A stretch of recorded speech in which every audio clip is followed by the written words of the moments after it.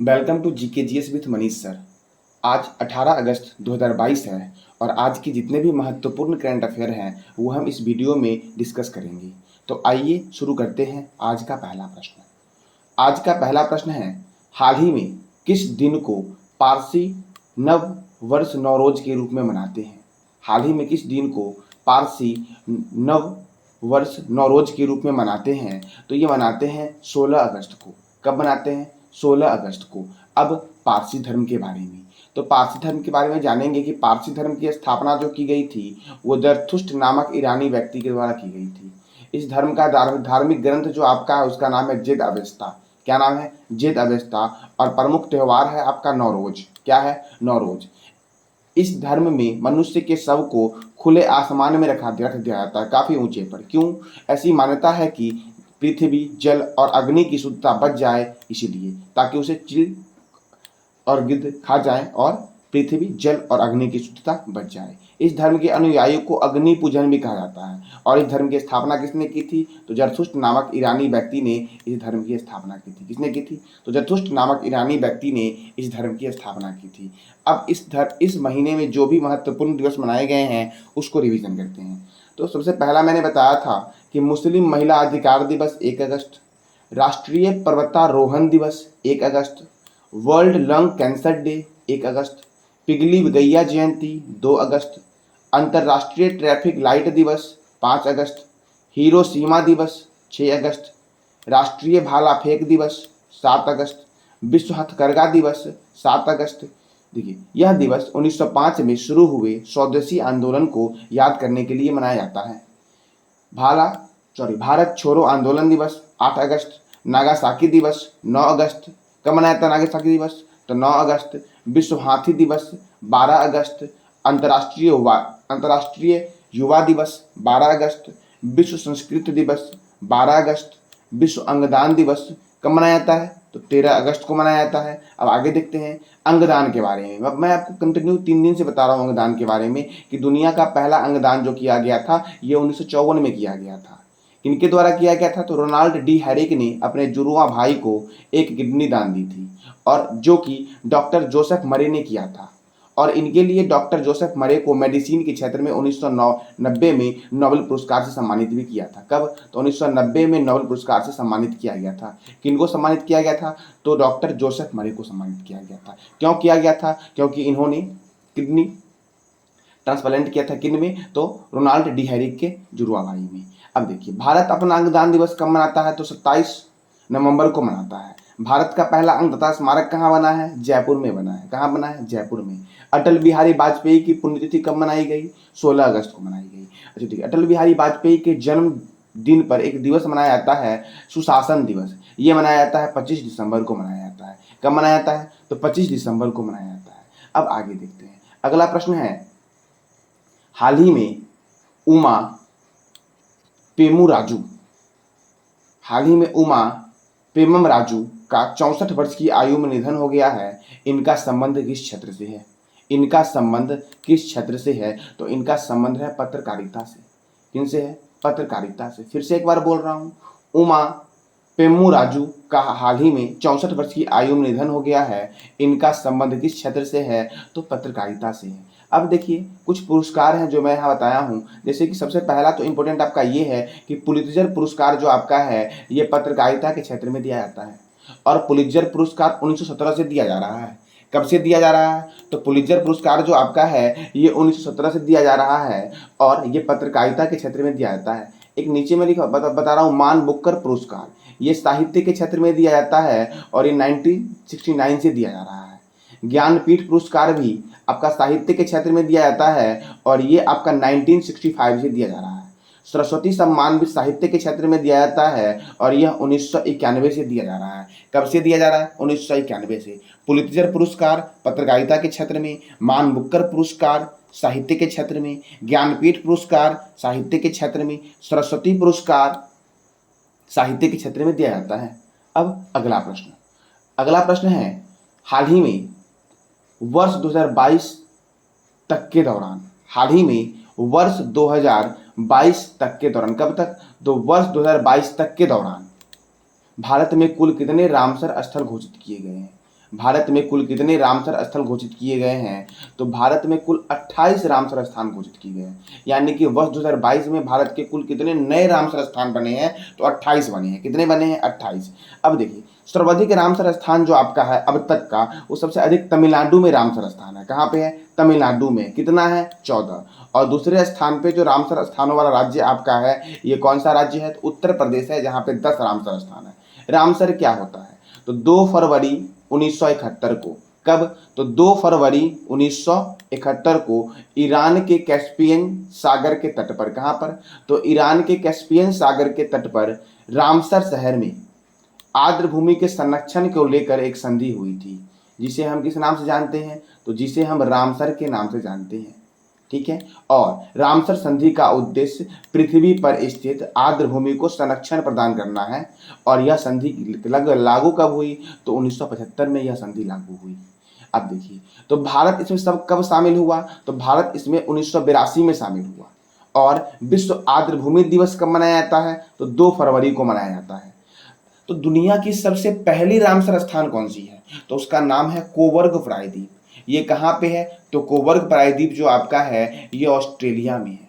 कहाँ पे है? ऑस्ट्रेलिया में। भारत की पहली रामसर स्थल जो है, ये ओडिशा में स्थित है, जिसका नाम है चिल्का झील। भारत की पहली रामसर स्थल कौन सी है? तो ओडिशा की है चिल्का झील, जो खारे पानी की सबसे बड़ी झील है। ठीक है। चिल्का झील के साथ ही केवलादेव पक्षी विहार को भी रामसर स्थल में घोषित किया गया था। और ये जो केवलादेव घना पक्षी विहार को जो घोषित किया गया था, ये है कहाँ पे? तो ये राजस्थान में है, जिसे हम बोलते हैं पक्षियों का स्वर्ग। क्या बोलते हैं? पक्षियों का स्वर्ग। भारत में अब तक कुल 75 स्थानों को रामसर की सूची में शामिल किया गया है। कितने स्थानों को? तो 75 स्थानों को रामसर की सूची में शामिल किया गया है। अब देखिए, एशिया में सर्वाधिक रामसर स्थान जो आपके हैं, वो भारत में ही है 75।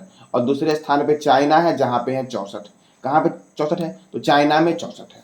अब देखिए, अभी हाल ही में 11 भारतीय आर्द्र भूमि जिन्हें नए रामसर स्थलों के रूप में नामित किया गया है, वो है ओडिशा का एक जगह है, ओडिशा का एक झील है जिसका नाम है तामपारा झील। दूसरा एक ओडिशा का एक और जलाशय है, हीराकुंड जलाशय। ओडिशा का अंजुपा झील, इसको भी रामसर में शामिल किया गया है। ठीक है। मध्य प्रदेश का यशवंत सागर है, इसे भी रामसर में शामिल किया गया है। तमिलनाडु में चित्रकूटी पक्षी अभ्यारण्य है। कौन सा? तो चित्रकूटी पक्षी अभ्यारण्य है। तमिलनाडु में आपका सुचिनंद्रम थेरु वेटलैंड कॉम्प्लेक्स है। तमिलनाडु में वुडवूर पक्षी अभ्यारण्य है। ठीक है। तमिलनाडु में काजिरकुलम पक्षी अभ्यारण्य कहाँ पे है? तमिलनाडु में है, इसे भी रामसर में शामिल किया गया है। महाराष्ट्र में थाने क्रीक है, इसे भी रामसर में शामिल किया गया है। और जम्मू कश्मीर के 2 स्थानों को शामिल किया गया है 11 स्थानों में से। एक आपका है हाइगम वेटलैंड कंजर्वेशन रिजर्व और दूसरा है सालबुग वेटलैंड कंजर्वेशन रिजर्व। तो इतने स्थान हैं जिन्हें अभी हाल ही में 11 स्थलों को शामिल किया गया है। अगर आपसे एग्जाम में पूछा जाए कि 2022 में कितने रामसर स्थल बने हैं अब तक में, तो अब तक 28 बने हैं। कितने बने हैं? 28, जिसमें से 11 मैंने अभी बताया, जो हाल ही में 1-2 दिन पहले शामिल हुआ है। एशिया में सर्वाधिक रामसर स्थान किस देश में है? भारत में है। किस देश में है? भारत में है। ठीक है। चलिए अब देखते हैं अगला प्रश्न। अगला प्रश्न है, हाल ही में फीफा ने किस फुटबॉल महासंघ को सर्वसम्मति से निलंबित किया है? तो उसका नाम है अखिल भारतीय फुटबॉल क्लब को। फीफा ने किस फुटबॉल महासंघ को सर्वसम्मति से निलंबित किया है? तो अखिल भारतीय फुटबॉल क्लब। अब ऑल इंडिया फुटबॉल फेडरेशन, इसकी स्थापना कब हुई थी? तो इसकी स्थापना 23 जून 1937 को हुई थी और उसका मुख्यालय दिल्ली में है। दिल्ली में DRDO का मुख्यालय भी है। दिल्ली में पंजाब नेशनल बैंक का मुख्यालय है। दिल्ली में नीति आयोग का मुख्यालय है। दिल्ली में आपका पंजाब नेशनल बैंक का मुख्यालय है। एम्स का हेडक्वार्टर आपका दिल्ली में है। कहाँ पे है? दिल्ली में है। अब बात करते हैं फुटबॉल। किसके बारे में बात करेंगे? फुटबॉल के बारे में बात करेंगे। तो फुटबॉल का जन्म जो हुआ था वो कहाँ हुआ था? तो फुटबॉल का जन्म हुआ था इंग्लैंड में।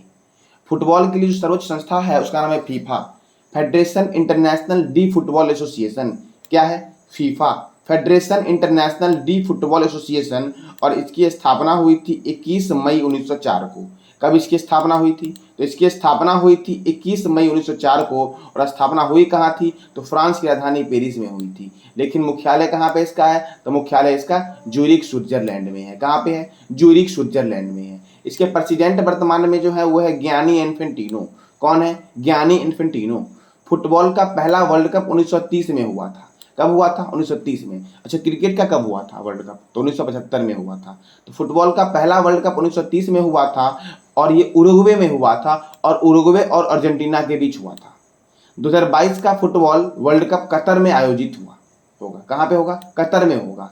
2024 का football world cup America, Canada और मैक्सिको ने संयुक्त रूप से आयोजित होगा। मैक्सिको में संयुक्त रूप से आयोजित होगा। 2018 का हॉकी वर्ल्ड कप 2018 का hockey world cup sorry football world 2018 का फुटबॉल कप आपका रूस, फ्रांस और क्रोएशिया के बीच हुआ। किसके बीच हुआ? रूस में फ्रांस और क्रोएशिया के बीच हुआ। किसके बीच हुआ? तो रूस में फ्रांस और क्रोएशिया के बीच हुआ। अब देखिए, Durand cup, DCM trophy, Rovers cup, BC Roy trophy, Santosh trophy, Merdeka cup, Subroto cup, Ashutosh Mukherjee trophy, ये सब का संबंध जो है वो किससे है? तो क्रिकेट से है, सॉरी फुटबॉल से है। किससे है? फुटबॉल से। फिर से एक बार बोल रहा हूं मैं, Durand cup, DCM trophy, Rovers cup, VC Roy trophy, Santosh trophy, Merdeka cup, Subroto cup और आशुतोष मुखर्जी ट्रॉफी का संबंध किससे है? तो फुटबॉल से है। और 2018 का फुटबॉल वर्ल्ड कप जो हुआ था वो कहाँ पे हुआ था? तो ये रूस में हुआ था, फ्रांस और क्रोएशिया के बीच हुआ था। कहाँ पे हुआ था? तो फ्रांस और क्रोएशिया के बीच हुआ था। किसके बीच हुआ था? तो फ्रांस और क्रोएशिया के बीच हुआ था। ठीक है, अब देखते हैं अगला। फिर से एक बार रिपीट कर दे रहा हूँ, यहाँ पे हॉकी नहीं, यहाँ फुटबॉल कर लीजिएगा आप लोग। और 2018 का फुटबॉल वर्ल्ड कप जो है आपका रूस में हुआ था, फ्रांस और क्रोएशिया के बीच हुआ था। 2024 का जो फुटबॉल वर्ल्ड कप होगा आपका, वो संयुक्त रूप से अमेरिका, कनाडा और मैक्सिको में आयोजित होगा। कहाँ होगा? तो अमेरिका, कनाडा और मैक्सिको में आयोजित होगा। अब देखिए, फुटबॉल में, हॉकी में और क्रिकेट में खिलाड़ियों की संख्या कितनी है? 11 है। कितनी है? 11। रग्बी फुटबॉल में 15 प्लेयर हैं। बेसबॉल और खो खो में 9 प्लेयर हैं। जिम्नास्टिक में कितने प्लेयर हैं? 8 प्लेयर हैं। उसके बाद वाटर पोलो में, कबड्डी में और नेटबॉल में कितने प्लेयर हैं? 7 प्लेयर हैं। वॉलीबॉल में कितने प्लेयर हैं? 6 प्लेयर हैं। बास्केटबॉल में कितने हैं? 5 है। और पोलो में कितने हैं? 4 है। ठीक है, फिर से एक बार, रग्बी फुटबॉल में कितने प्लेयर हैं? तो रग्बी फुटबॉल में जो प्लेयर की संख्या आपकी है 15 है और सबसे अधिक जो आपका है वो रग्बी फुटबॉल में है। ठीक है, बेसबॉल और खो खो में कितने हैं? तो बेसबॉल और खो खो में 9 है। जिम्नास्टिक में कितने हैं? 8 हैं। वाटर पोलो, कबड्डी और नेटबॉल में कितने हैं? 7 हैं। वॉलीबॉल में कितने हैं? 6 हैं। बास्केटबॉल में कितने हैं? 5 हैं। और पोलो में कितने प्लेयर हैं? 4 प्लेयर हैं। कितने प्लेयर हैं? 4। अब अगला प्रश्न आपका है, मेलबर्न में आयोजित, कहाँ पे आयोजित? तो मेलबर्न में आयोजित 2022 के भारतीय फिल्म महोत्सव में किस सीरीज को बेस्ट सीरीज का अवार्ड दिया गया है? किस सीरीज को बेस्ट सीरीज का अवार्ड दिया गया है? तो ये दिया गया है, मुंबई डायरी को दिया गया है 26/11 मूवी के लिए। मुंबई डायरी 26/11 को वेस्ट सीरीज का अवार्ड दिया गया है। मेलबर्न में आयोजित हुआ था ये भारतीय फिल्म महोत्सव, इसमें बेस्ट सीरीज का अवार्ड किसे दिया गया है? तो मुंबई डायरी को दिया गया है। मैंने कल भी इससे संबंधित बहुत सारे क्वेश्चन बताए थे, आज फिर से रिपीट करवा रहा हूँ। फेस्टिवल के विजेताओं की पूरी लिस्ट आपको यहाँ मिल जाएगी। यहाँ आपका सबसे बेस्ट फिल्म का अवार्ड जो दिया गया है वो फिल्म 83 को दिया गया है, 83 को दिया गया है। बेस्ट डायरेक्टर का अवार्ड जो दिया गया है आपका वो किसको दिया गया है? तो सुजीत सरकार को दिया गया है। इसके लिए दिया गया है, सरकार उधम मूवी के लिए दिया गया है। और बेस्ट डायरेक्टर का अवार्ड अर्पणा सेन को दिया गया है द रेपिस्ट के लिए। किस लिए दिया गया है? द रेपिस्ट के लिए। बेस्ट एक्टर बने हैं रणवीर कपूर। कौन बने हैं? तो रणवीर कपूर को बेस्ट एक्टर का अवार्ड दिया गया है। किस मूवी के लिए? 83 मूवी के लिए। और बेस्ट एक्ट्रेस का अवार्ड दिया गया है शेफाली शाह को जलसा मूवी के लिए। और अभी मैंने जस्ट बताया बेस्ट सीरीज का अवार्ड 26/11 को दिया गया है। लाइफ टाइम अचीवमेंट अवार्ड किसे दिया गया? इसमें कपिल देव को दिया गया। सिनेमा पुरस्कार में इक्वलिटी अवार्ड किसे दिया गया? जलसा को दिया गया। और सिनेमा पुरस्कार में लीडरशिप अवार्ड किसे दिया गया? तो अभिषेक बच्चन को दिया गया। मोस्ट इंपॉर्टेंट है आपका बेस्ट एक्टर और एक्ट्रेस। तो बेस्ट एक्टर और एक्ट्रेस कौन है? तो रणवीर सिंह है 83 की मूवी के लिए। और आपका बेस्ट एक्ट्रेस आपका शेफाली शाह है आपका किस मूवी के लिए? जलसा मूवी के लिए। किस मूवी के लिए? जलसा मूवी के लिए। और बेस्ट फिल्म कौन सी है? 83 मूवी है बेस्ट। ठीक है, अब अगला प्रश्न है आपका, हाल ही में एशिया के सबसे पुराने फुटबॉल टूर्नामेंट, हाल ही में एशिया के सबसे पुराने फुटबॉल टूर्नामेंट डुरंड कप 2022 की मेजबानी कौन करेगा? तो 2022 की मेजबानी कौन करेगा? तो 2022 की मेजबानी इनमें से सभी करेंगे। पश्चिम बंगाल में भी होगा, असम में भी होगा और मणिपुर में भी होगा, संयुक्त रूप से होगा। तो अब देखिए जब सब करेंगे तो कहाँ कहाँ पे होगा, तो पहला कोलकाता में होगा। कहाँ पे होगा? कोलकाता में होगा। कोलकाता में कहाँ होगा? तो सॉल्ट लेक स्टेडियम में होगा और किशोर भारती स्टेडियम में खेला जाएगा। इम्फाल में कहाँ पे होगा? तो इम्फाल में आपका खुमान लंपक स्टेडियम में होगा, ठीक है। और गुवाहाटी में इंदिरा गांधी, गुवाहाटी में कहाँ पे होगा? तो गुवाहाटी में आपका इंदिरा गांधी एथलेटिक्स स्टेडियम में होगा। इस बार जो आपका डुरंड कप हो रहा है इसमें 20 टीमें भाग ले रही है। इससे पहले 16 टीमों ने हिस्सा लिया था। कितने टीमों ने हिस्सा लिया था? तो 16 टीमों ने हिस्सा लिया था। और कितने टीम बढ़ गए इस बार? तो 4 बढ़ गए और कितने हो गए? 20 हो गए। इस टूर्नामेंट की शुरुआत आज से 131 साल पहले हुई थी। कब हुई थी? तो 1888 में हुई थी, शिमला में हुई थी। कहाँ हुई थी? शिमला में। शिमला कहाँ है? तो हिमाचल प्रदेश की राजधानी है शिमला, ठीक है। अब इस टूर्नामेंट में सबसे सफल टीमें जो हैं आपकी वो मोहन बगान और ईस्ट बंगाल टीमें हैं जो 16-16 बार खिताब जीती हैं इस टीम, ठीक है। डुरंड कप कौन कौन जीती? कितनी बार मोहन बगान ने जीता है? 16 बार। और ईस्ट बंगाल ने भी 16 बार जीती है, इसीलिए सबसे सफल टीमें ये दोनों टीमें हैं, ठीक है। तो ये था आपका मोहन डुरंड कप। और डुरंड कप से कहाँ पे होगा? तो कहाँ पे होगा? पश्चिम बंगाल में भी होगा, असम में भी होगा और मणिपुर में भी होगा। अब फुटबॉल, तो अभी मैंने जस्ट रिवीजन करवाया था, फिर से एक बार रिवीजन करवा रहा हूँ ताकि याद हो जाए। फुटबॉल, इसका जन्म इंग्लैंड में हुआ था। कहाँ हुआ था? इंग्लैंड में हुआ था। फुटबॉल का सर्वोच्च संस्था जो आपका है उसका नाम है FIFA, federation international D football association. इसका मुख्यालय कहाँ है? तो ज्यूरिख में है, स्विट्जरलैंड में है। इसकी स्थापना हुई थी 21 मई 1904 को। और इसकी स्थापना कहाँ हुई थी? तो फ्रांस के पेरिस में हुई थी। कहाँ हुई थी? तो फ्रांस के पेरिस में हुई थी। अब आगे देखिएगा और इसके प्रेसिडेंट कौन है? गियानी इन्फेंटिनो इसके प्रेसिडेंट है। फुटबॉल का पहला वर्ल्ड कप जो हुआ था 1930 में हुआ था, उरुग्वे में हुआ था और उरुग्वे और अर्जेंटीना के बीच हुआ था। 2022 वाला फुटबॉल वर्ल्ड कप कहाँ पे होगा? कतर में होगा। 2024 वाला फुटबॉल वर्ल्ड कप कहाँ होगा? तो 24 वाला आपका अमेरिका में, कनाडा में और मैक्सिको में संयुक्त रूप से होगा। जब 2018 वाला जो आपका होगा फुटबॉल वर्ल्ड कप, ये कहाँ होगा? तो ये आपका रूस में होगा। रूस में हुआ था और फ्रांस और क्रोएशिया के बीच हुआ था। किसके बीच हुआ था? तो फ्रांस और क्रोएशिया के बीच 2018 का आपका फुटबॉल वर्ल्ड कप हुआ था। अब फुटबॉल में कुछ ट्रॉफियां दी जाती हैं, कुछ कप दिए जाते हैं, जैसे कि Durand cup, DCM trophy, Rovers cup, BC Roy trophy, Santosh trophy, Merdeka cup, Subroto cup, Ashutosh Mukherjee trophy इत्यादि सब फुटबॉल में दिया जाता है। देखिए फुटबॉल में, हॉकी में और क्रिकेट में खिलाड़ियों की संख्या जो होती है वो 11 होती है। कितनी होती है? 11 होती है। अब और भी बहुत सारे गेम है उसको भी एक बार देख लेते हैं। तो सबसे अधिक होता है रग्बी फुटबॉल में 15 होते हैं। बेसबॉल और खो खो में 9 होते हैं। जिम्नास्टिक में कितने होते हैं? 8 होते हैं। वाटर पोलो, कबड्डी और नेटबॉल में कितने होते हैं? तो 7 प्लेयर होते हैं। वॉलीबॉल में कितने होते हैं? 6। बास्केटबॉल में कितने होते हैं? 5। पोलो में कितने होते हैं? 4 होते हैं। कितने पोलो में होते हैं? तो पोलो में 4 प्लेयर होते हैं। अब अगला प्रश्न आपका है, हाल ही में किसने भारत के खारे पानी से रोशन होने वाली पहली लालटेन का अनावरण किया है? हाल ही में किसने भारत के पहले खारे पानी से रोशन होने वाली लालटेन का अनावरण किया है? तो केंद्रीय मंत्री जितेंद्र सिंह है, इन्होंने अनावरण किया है। क्या? तो खारे पानी से रोशन होने वाली लालटेन का। किसका? तो खारे पानी से रोशन होने वाले लालटेन का। अब देखिए, अब मैं आपको एक चीज बताता हूँ, जैसे कि ये है भारत, तटवर्ती भारत, प्रायद्वीपीय भारत ये है, ठीक है। ये कौन सा भारत है? तो प्रायद्वीपीय भारत ये आपका है, जिसमें यहाँ से लेकर के यहाँ तक आपका अरब सागर है, नीचे हिंद महासागर है और इधर जो आपका है ये नीचे में आपका बे ऑफ बंगाल है। क्या है? बे ऑफ बंगाल है। और इसकी लंबाई जो आपकी है वो है 6100 किलोमीटर। कितनी है? तो 6100 किलोमीटर इसकी लंबाई है। कितनी है? तो भारत के तटवर्ती भाग की भारत के मुख्य तटवर्ती भाग की लंबाई जो आपकी है वो है 6100। तो अब यहाँ पे जो मछुआरे हैं उनको इससे बहुत सारा लाभ मिलने वाला है। कौन किससे?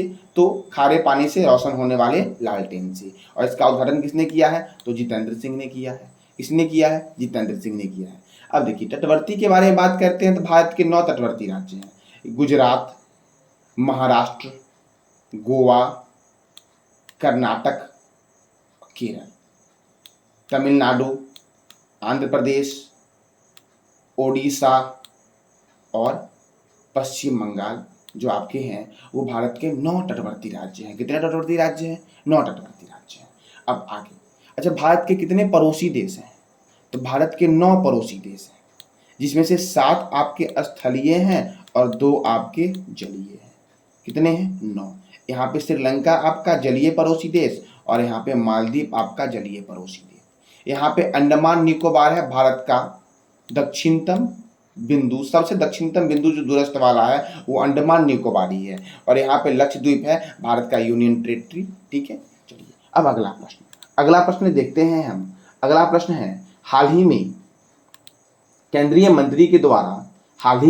किस केंद्रीय मंत्री के द्वारा वीर दुर्गादास राठौर की प्रतिमा का अनावरण किया गया है?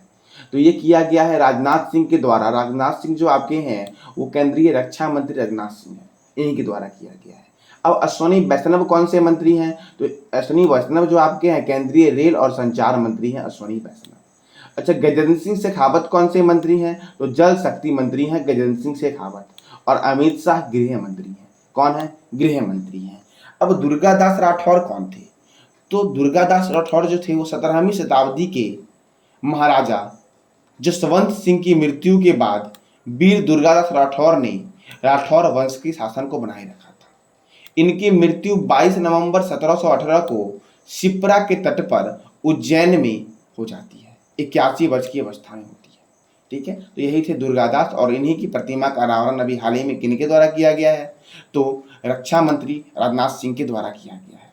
अब अगला प्रश्न आपका है, हाल ही में विलियम रूट किस देश के राष्ट्रपति का चुनाव जीते हैं? तो विलियम रूट केन्या के राष्ट्रपति का चुनाव जीते हैं। किसके?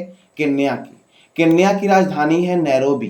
क्या है? नैरोबी। और केन्या की करेंसी जो आपकी है वो क्या है? तो केन्याई शिलिंग है। क्या है? केन्याई शिलिंग। तो मैंने आपको इस तीनों देश के बारे में मैंने बताया था कि इस तीनों देश के राष्ट्रपति और प्रधानमंत्री कौन है। तो सबसे पहले हम बात करते हैं जो पिछले इस साल जो बदले हैं राष्ट्रपति और प्रधानमंत्री उनके बारे में। जैसे कि यायर लैपिड इजराइल के 14वें नंबर के प्रधानमंत्री बने हैं। कितने नंबर के बने हैं? तो 14वें नंबर के प्रधानमंत्री जो बने हैं वो यायर लैपिड बने हैं। उसके बाद आगे आपका है गुस्तावो पेट्रो। कौन? तो गुस्तावो पेट्रो जो आपके हैं ये कहाँ के बने हैं? तो गुस्तावो पेट्रो जो आपके हैं ये कोलंबिया के राष्ट्रपति बने हैं। कहाँ के बने हैं? कोलंबिया के राष्ट्रपति बने हैं। एक आपके हैं जोन्स रामोस होर्टा, ये पूर्वी तिमोर के नए राष्ट्रपति बने हैं। एक आपकी है एंथनी एल्बनीज, ये ऑस्ट्रेलिया के नए प्रधानमंत्री बने हैं। आगे देखते हैं, आगे आपका है एलिजाबेथ पोर्न, ये फ्रांस की पहली महिला प्रधानमंत्री बनी है। और फ्रांस के राष्ट्रपति कौन है अभी वर्तमान में? तो इमैनुअल मैक्रोन है। ठीक है। माक्रोस जूनियर, ये फिलीपींस के नए राष्ट्रपति बने हैं।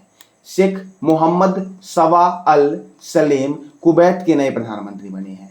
और जेम्स मारेप पापुआ न्यू गिनी के प्रधानमंत्री बने हैं। फिर से एक बार, एलिजाबेथ पोर्न फ्रांस की पहली महिला प्रधानमंत्री बनी है। माक्रोस जूनियर फिलीपींस के राष्ट्रपति बने हैं। शेख मोहम्मद सवा अल सलेम कुवैत के नए प्रधानमंत्री बने हैं। और जेम्स मारेप पापुआ न्यू गिनी के प्रधानमंत्री बने हैं। अच्छा, पापुआ न्यू गिनी की राजधानी क्या है?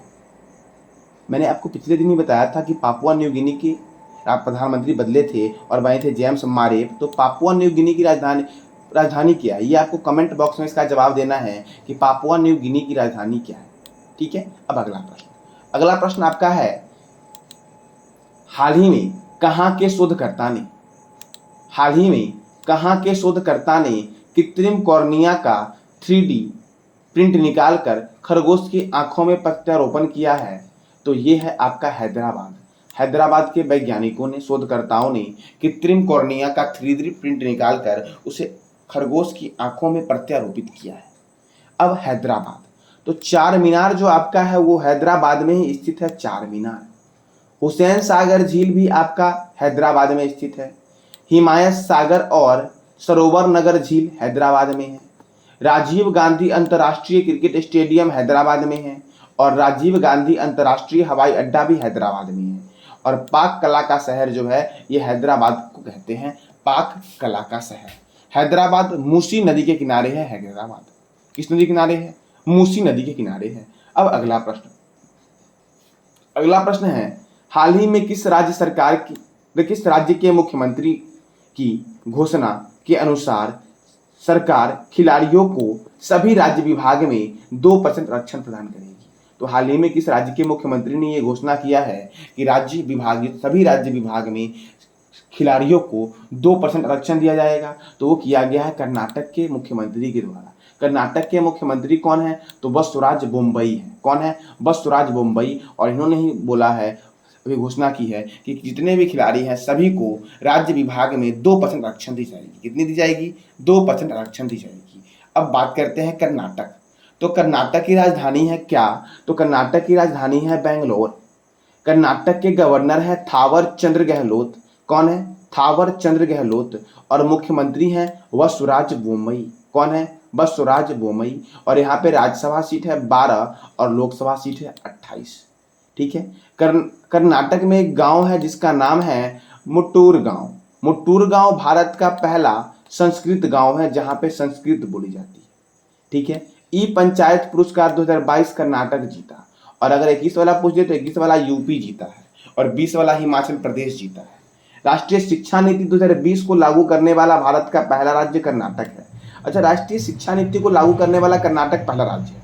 तो प्री प्राइमरी स्तर पर लागू किसने किया है? तो प्री प्राइमरी स्तर पर उत्तराखंड ने लागू किया है। अलमाटी बांध कृष्णा नदी पर है और कर्नाटक में है।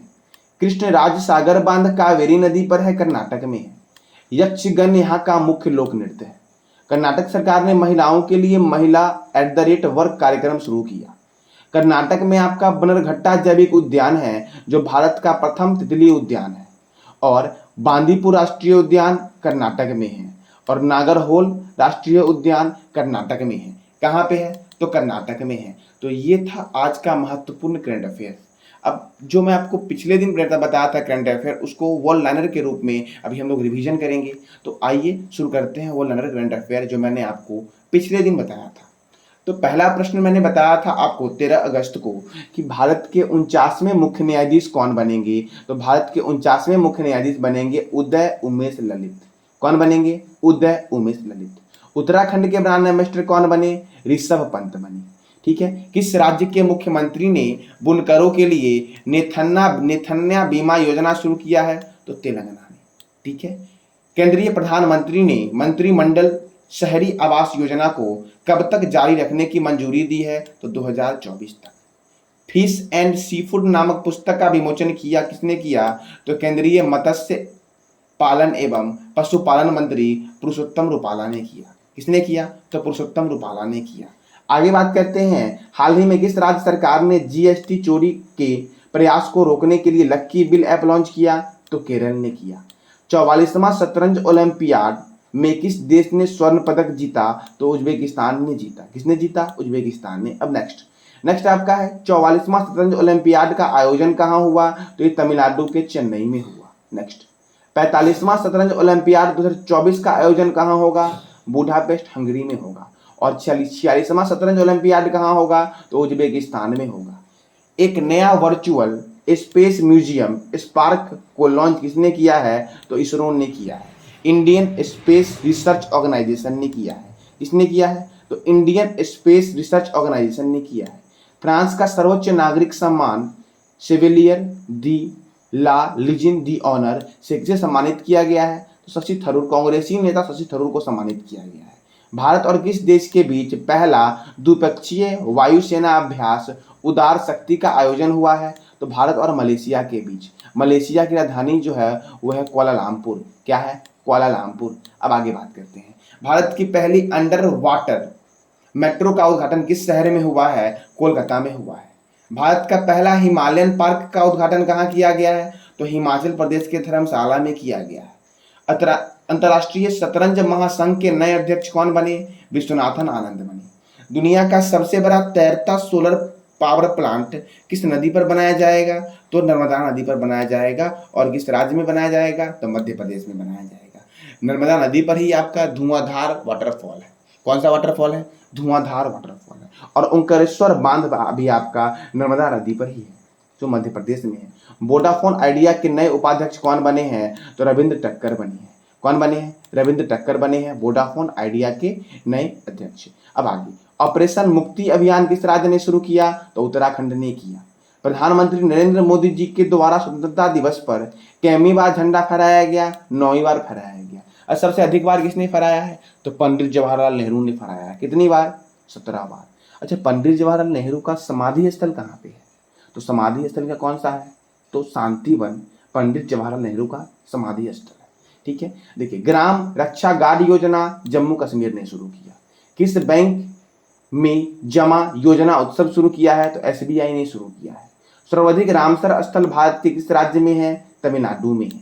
ठीक है, भारत ने किस देश को ड्रोनियर समुद्री निगरानी विमान सौंपा है? तो श्रीलंका को। बिग बुल के नाम से कौन लोकप्रिय है? राकेश झुंझुनवाला। इनका हाल ही में निधन हो गया है। मिलेना सालाविनी का संबंध किस नृत्य से है? कथकली से है। यामिनी कृष्णमूर्ति का संबंध किस नृत्य से है? तो कुचिपुड़ी और भरतनाट्यम से है। सोनल मानसिंह का संबंध किस नृत्य से है? ओडिसी से है। अटल बिहारी वाजपेयी की पुण्यतिथि कब मनाई गई? 16 अगस्त को मनाई गई। कब मनाई गई? 16 अगस्त को मनाई गई। अब देखिए आगे, राष्ट्रपति द्रौपदी मुर्मू ने स्वतंत्रता दिवस के अवसर पर सशस्त्र बलों और केंद्रीय सशस्त्र पुलिस बल के लिए कितने वीरता पुरस्कार को मंजूरी दी है? तो 107।